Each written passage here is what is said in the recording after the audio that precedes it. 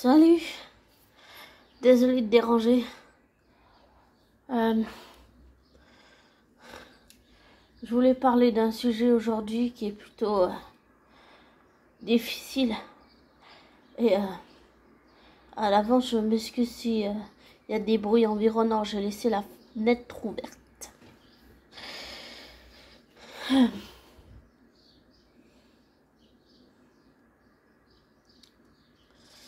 C'est un sujet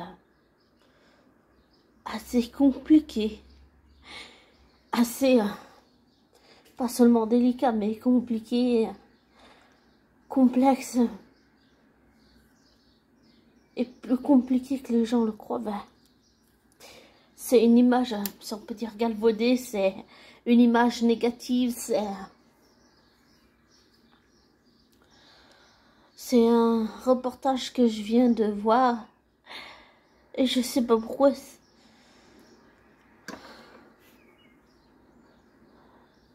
Cet homme que j'ai vu dans le reportage m'a touché, mais il m'a touché en tant que à cause de ce qu'il a vécu.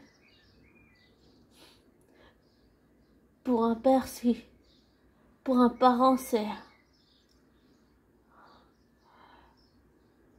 la chose la plus dure qui soit au monde.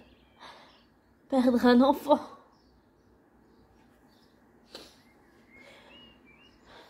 Et je le suis pas, mais je veux dire, je suis pas parent. Mais comme j'ai des parents adoptifs, même si c'est des parents adoptifs, j'arrive à me mettre à la place de cet homme. Ce qu'il a vécu, c'est un cauchemar. C'est même, j'allais dire, pire que moi qui fais des cauchemars. Lui, ce qu'il a vécu, comme j'ai dit, je suis pas croyante, mais j'allais dire, c'est horrible, c'est un enfer, c'est un cauchemar, c'est un cauchemar. Et c'est aussi un sujet sensible et délicat. En ce moment, et depuis déjà plusieurs années, on entend parler des djihadistes. Voilà, le mot est lâché. Désolé. Et il parle de l'impact que ça a sur les enfants qu'on laisse là-bas dans des camps.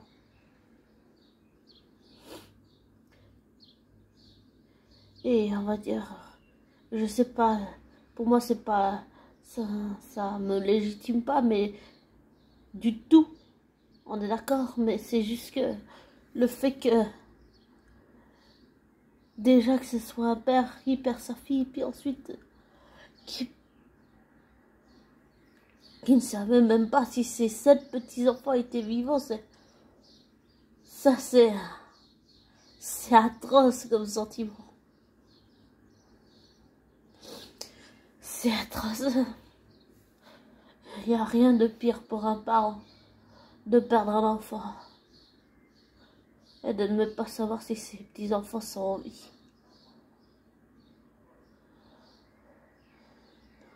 Et je sais pas, peut-être que c'est le fait que ce soit un grand-père, je sais pas, ou son humanité, peut-être son humanité. Et tout ce qu'il a dit, c'est tellement vrai. On vit dans des pays occidentaux, on a tellement de clichés, et on a un toit, on a une maison, on a à boire, on a tout. Mais on se rend pas compte qu'il y a plein d'enfants qui sont traumatisés, plein d'enfants qui souffrent du cliché qu'on peut avoir des gens qui sont djihadistes ou qui sont radicalisés. Et ce que j'ai entendu, c'est que le gouvernement, apparemment, le gouvernement suisse, est d'accord pour entrer en matière, mais il faut que les parents se séparent des enfants pour que les enfants soient rapatriés. Voilà. Et là, ce que j'ai entendu, c'est... je dis que c'est horrible parce que Ben, parce que je me mets surtout à la place du grand-père, même si je le suis pas, comme j'ai dit, mais ça ne me légitime pas, mais j'ai juste envie de dire que là, on s'en fout, là, c'est pas le plus important, là, c'est les vies humaines qui sont en jeu. Des vies humaines. Des vies humaines.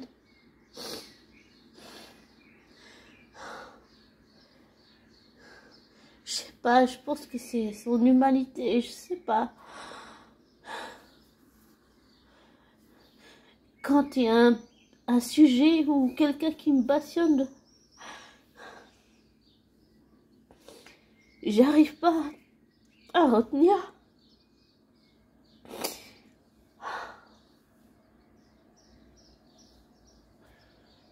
Je trouve que ce grand-père est...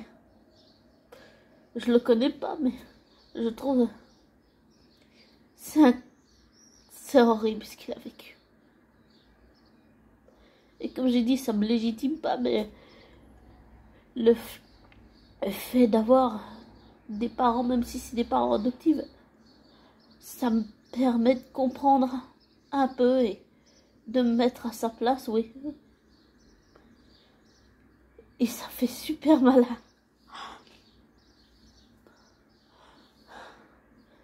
Mais j'arriverai pas à dire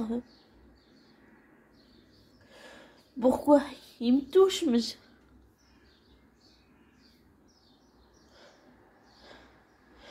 je souhaite à aucune... Je souhaite à aucun être humain de vivre ça, c'est... Ce que ce grand-père suédois a vécu, c'est vraiment...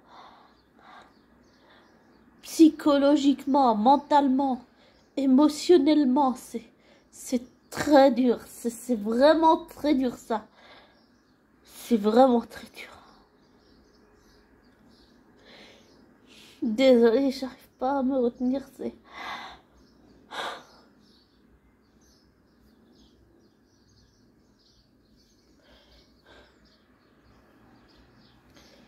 Et, et ça me fait encore plus voir les choses différemment. Sur les gens, oui. Ce qu'il a dit, ça me touche tellement que... Je sais pas, ça me fait pleurer. Mais... il y avait une chanson de Francis Lalanne qui disait... Je sais plus ce que disait exactement la chanson, faudrait que je la réécoute, mais elle disait qu'on pouvait toucher à... Je sais plus à quoi exactement, je sais plus. Mais la chanson disait le refrain, on touche pas aux enfants. Cette chanson, elle est tellement vraie de nos jours. Elle sonne tellement dans ce monde dans lequel on vit. Un monde de brute et de violence. Un monde de brutalité. Un monde où on nous demande de ne pas avoir d'émotions. Où on nous demande de les réprimander. On nous demande d'être du papier glace. On nous demande pas d'être nous. On est aimé pour ce qu'on apporte. Mais on n'est pas aimé pour notre humanité, pour nos qualités, pour nos travers, pour nos défauts. Non, ça, non. Voilà, dans la société dans laquelle on vit. Et pour moi, ce truc de djihadiste, ce qu'il dit, ça sonne tellement vrai, ça sonne tellement vrai. Surtout sur les enfants. Surtout sur les enfants. L'image qu'on a des djihadistes, peut-être qu'il faudrait la changer un peu, c'est-à-dire surtout penser aux enfants qui sont là-bas. Tous les enfants qui sont là-bas. Tous les enfants qui sont victimes de guerre. Oui, d'accord, on ne peut pas porter le monde sur nos épaules, on ne peut pas porter la misère sur nos épaules. Mais on peut au moins penser à tous les enfants qui sont là-bas, à tous les enfants qui vivent des traumatismes énormes. À tous ces enfants qui sont dans des camps entassés, qui n'ont pas à boire, qui n'ont pas à manger, qui n'ont pas de toit, qui n'ont même plus de parents.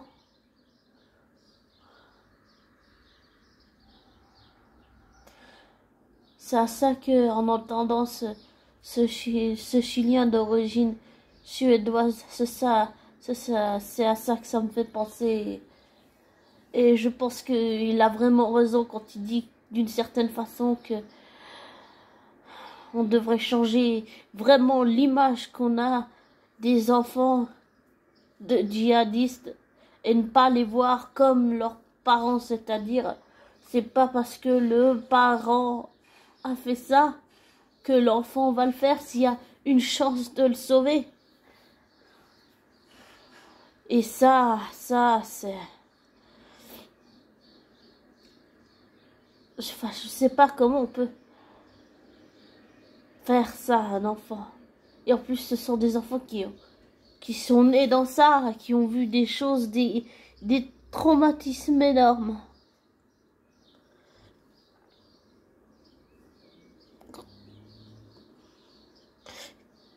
Qui savent pas qu'il y a des choses qui se font pas, évidemment. Et je trouve, franchement, le combat de ce grand-père, c'est vraiment...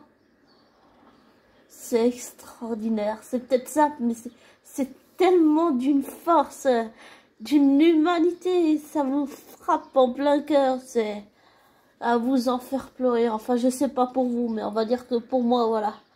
Ça m'a tellement frappé en plein cœur, à m'en faire pleurer. Tout ce qu'il a dit, c'est tellement vrai. Hein. Surtout, comme j'ai dit, ce qu'il a dit sur les enfants, c'est tellement vrai.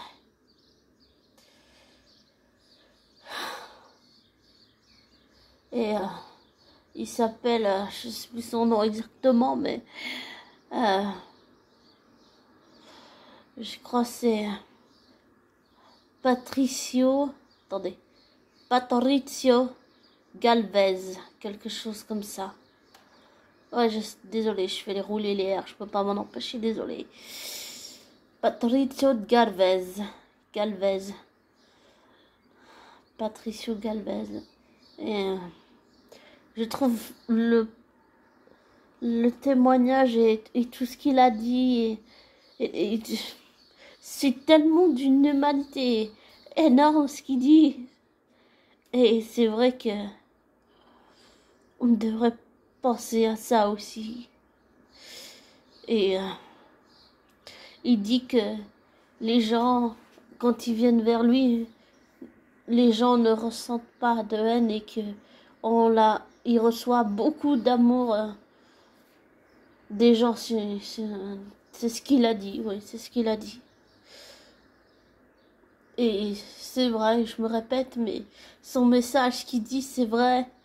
Et son message est tellement porteur d'humanité. C'est tellement frappant ce qu'il dit, c'est... Et son humanité, c'est d'une force, d'une humanité. J'ai jamais vu ça.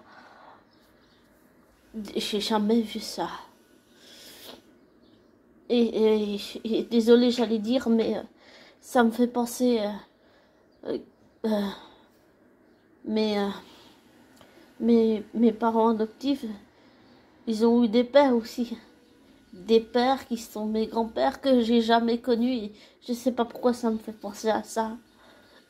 J'ai jamais connu mes deux grands-pères adoptifs.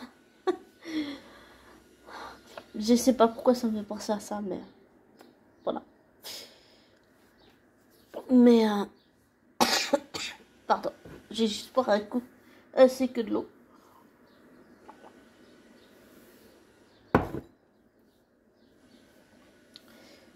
Mais ce que dit Patricio Galvez, c'est tellement vrai, quoi. C'est d'une humanité. J'ai jamais vu ça chez quelqu'un. J'ai déjà vu plein de choses, entendu des choses, écouté des témoignages, compris des choses. Par exemple, pour faire cours, pas seulement grâce à la famille adoptive, mais on va dire à la famille de cœur aussi. Et grâce à Tom Hiddleston, grâce à Babsi, grâce à un policier, qui m'a beaucoup aidé. il y a des choses que j'ai... Il y a des fois des gens, ils sont porteurs d'un message, c'est tellement puissant, ça vous frappe en plein cœur comme ça. Et vous prenez encore plus conscience des choses. Ça, je trouve que c'est un message d'humanité. C'est tellement fort et c'est tellement vrai. C'est tellement vrai ce qu'il dit. On devrait changer l'image qu'on a des djihadistes. Mais je parle surtout, je veux dire, au niveau des enfants, oui, aussi des adolescents, mais des enfants aussi. L'image qu'on a, c'est les parents sont djihadistes, donc les enfants le sont aussi, mais c'est des enfants qui arrivent dans ce monde, qui n'ont rien demandé et qui vivent ça, et qui vivent des traumatismes énormes, en faisant des cauchemars toutes les nuits, des insomnies, des cauchemars, comment on appelle ça, je sais pas exactement, j'allais dire, ce truc où on se déplace la nuit là, comment ça s'appelle? Pas funambule. Ah, comment on appelle ça? Non, pas zombifié, comment on appelle ça? Ah, je sais plus, désolé, je sais plus. Mais je trouve que c'est un très beau message ce que dit Patricio Galvez. Humainement, c'est un message qui transpire l'humanité. Voilà. C'est un message de frappe humaine. Et quand je dis frappe, c'est-à-dire qu'il vous frappe. Il vous prend au trip. Il vous frappe le cœur comme ça. Et ça fait, j'allais dire ça fait mal, mais ça fait aussi tellement de bien. Ah, ça ramène à la réalité, oui, ça ramène à la réalité de notre monde. Ça ramène aussi à des choses qu'on a pu vivre douloureusement, à des traumatismes qu'on a nous-mêmes vécus. Mais je trouve que son message sur les enfants des djihadistes, je trouve que c'est un magnifique message pour l'humanité. C'est tellement vrai ce qu'il a dit, c'est tellement vrai. Je vous laisserai les coordonnées de la RTS si vous vous êtes intéressé pour aller voir. C'est sur le site RTS. Pour ceux qui ont la possibilité dans le monde d'aller voir ce qu'il a dit. Allez-y, écoutez, vous verrez. Vous aurez des impressions peut-être différentes de la mienne. Et ça, c'est tant mieux parce qu'il en faut pour tout le monde et pour tous les goûts. Et tous les goûts sont dans la nature. Mais allez écoutez ce message. Vous verrez. Vous verrez. Vous verrez ce que ça vous fait.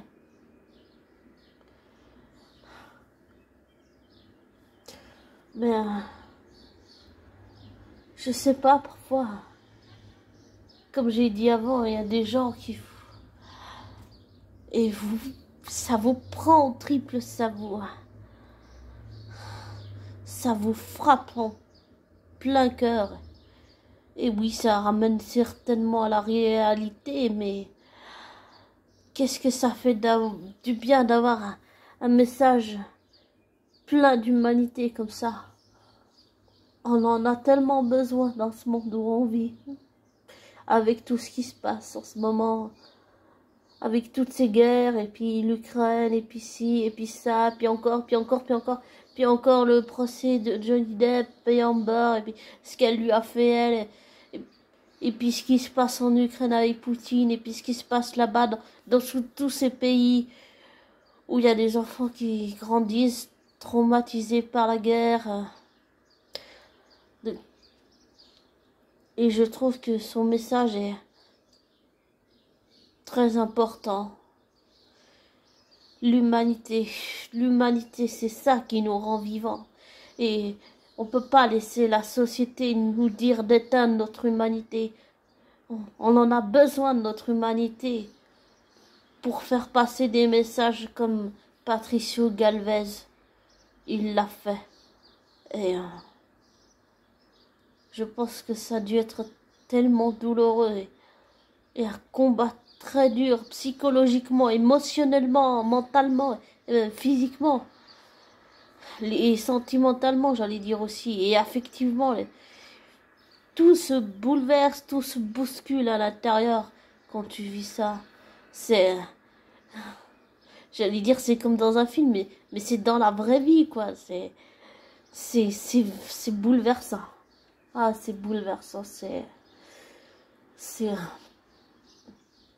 et il fait partie de ces gens qui vous touchent en plein cœur. Ouais. Et je lui souhaite bonne chance et j'espère qu'il va réussir j'allais dire, à réparer sa relation avec ses petits-enfants, qu'il va réussir à créer des liens avec eux. Je lui souhaite tout le bonheur du monde et à vous abonnés, je vous souhaite tout le bonheur du monde et puis je mettrai le lien en description. Après, tous les goûts sont dans la nature, faites comme vous voulez, voilà. Et ne prenez pas pour argent comptant ce que je dis, ne vous laissez pas influencer par moi. Faites des recherches, des vérifications, tirez-en vos conclusions après. Voilà, je terminerai sur ça. Et je vous souhaite une belle fin de soirée et un bon début de soirée. Prenez soin de vous.